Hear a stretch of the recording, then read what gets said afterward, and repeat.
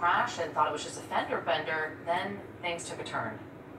10 minutes later, I'm getting ready to head out, and we hear what sounds like gunshots, but we didn't know at the time. 2 of our students were still out by the accident. They came rushing right in, told us, get down. They barricaded all the doors. We barricaded ourselves in one of the offices. There was about 12 of us in there at the time. Turned out all the lights. So the woman you just heard from says she's proud of the students who were out in that area at the time. She says they went into what she describes as protect mode during the whole ordeal.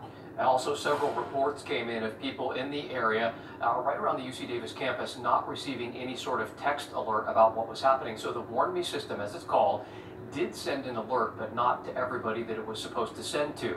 Fox 40 reached out to that school for some comment today, and they were told that they're currently working with their vendor that provides the service to figure out what happened and, of course, to make sure that it doesn't happen again. And the first people on the scene of that crash, and then after that, the scene of the shooting, were 6 Davis firefighters. They rushed in and tried to save Officer Corona's life while in the line of fire. Fox 40's Allie Wolf joining us now live in Davis near the scene of last night's crash. Allie. Well, Nikki, here at the scene of the crash and the shooting that ultimately killed Officer Corona, you can probably see behind me, people have been coming by throughout the afternoon and the evening, dropping off bouquets of flowers. Also, you can see the flag. There's also a picture of the officer out here. And this scene is actually just about 1 block away from the Davis Fire Department. The acting chief tells us that firefighters actually heard the crash, rushed over, then they found themselves in danger as well. Bouquets of flowers, balloons, and heartfelt notes line a curb in downtown Davis, where a gunman ambushed a young officer as she responded to a car crash. The rainbow colors are for being in heaven. Chalk art honors the 22-year-old rising star who was killed just as her career as a police officer was starting. She was really nice. She always had a smile on her face. It's hit us all, and it's hit us very hard here in this organization. The Davis Fire Department is hurting along with the community. The crash that preceded the shooting happened within earshot of the fire department. Acting Chief Dennis Riley says 6 firefighters responded immediately to the crash and found themselves in harm's way. Those people were under a tremendous amount of pressure. They were in great danger. They acted, heroically. Acting Chief Riley says firefighters took cover when shots rang out. When they saw Officer Corona had been shot, they tried to save her life. One of our apparatus did sustain some bullet holes in it, and I think that it's one of your apparatus. Oh, that's out of here. Davis Police Chief Darren Keitel says one firefighter narrowly escaped the gunfire. Suspect shot towards the firefighter. 1 round hit him in the boot. He was not injured.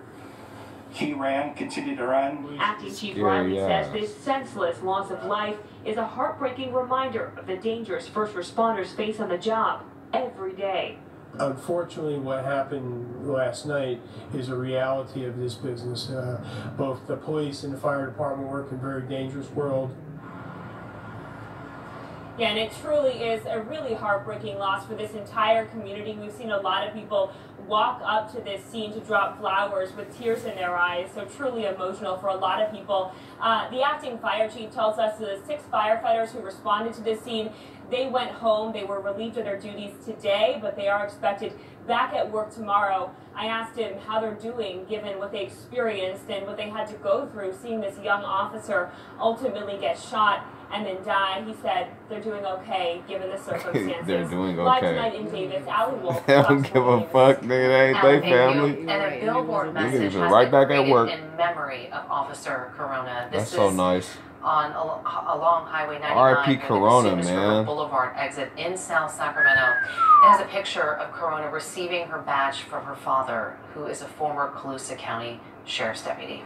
There will be a candlelight vigil tomorrow for Officer Corona. It's going to happen at 6 o'clock in the evening at Central Park. That's on C Street in Davis. And of course, we'll be there. We'll have everything for you at 10 o'clock.